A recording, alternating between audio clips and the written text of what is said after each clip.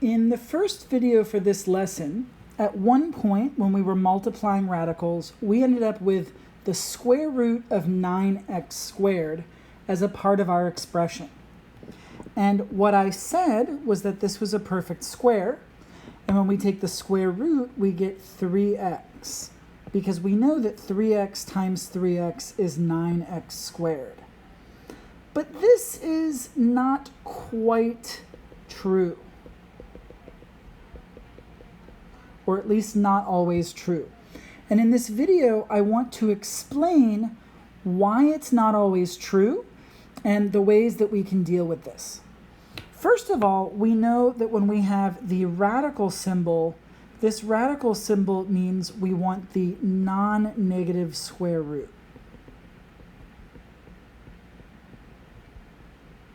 Also called the principal square root. Now here's the problem. We do not know if x is positive or negative. So when we look at this problem and we end up with 3x, it could be positive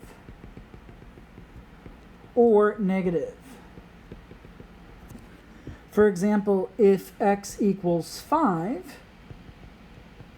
then 3x equals 3 times 5, which is 15. And it's positive, we're happy. But if x equals negative 10, for example, then 3x is 3 times negative 10, which is negative 30. And this isn't a good thing because this came from having a square root, and this square root says we don't want a negative answer.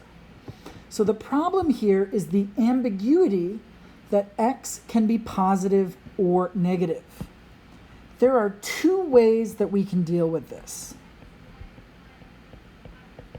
And the way that ends up being chosen depends on your instructor, depends on what class you're in, depends on what the goal is, etc. So one thing we can do is we can assume that x is always greater than or equal to 0. If we assume that x isn't negative, then this statement is true. It ends up being fine. The square root of 9x squared is 3x, because we've decided x can't be negative, so this can't be negative, so we're good to go. This is happy. The other possibility, if we want to make sure that we account for positive or negative values of x, we can write the square root of 9x squared equals 3 times the absolute value of x. By writing the absolute value of x, we guarantee that it's not going to be negative. Certain instructors will do things in various ways. You will see some instructors that will never assume that x is greater than or equal to 0, and they will require these absolute value symbols in many situations.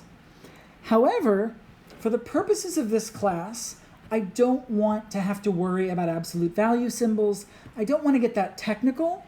I just want us to get practice dealing with square roots. So what we're going to do is whenever we have a situation like this, like the square root of 9x squared, and we take the square root and we get 3x, we're just going to assume that the x can't be negative, or whatever the situation is, we're not going to end up with a negative answer when we had a positive square root. This is not something that I want us to worry about in this class, but I did want to explain it because you might see it differently in another class.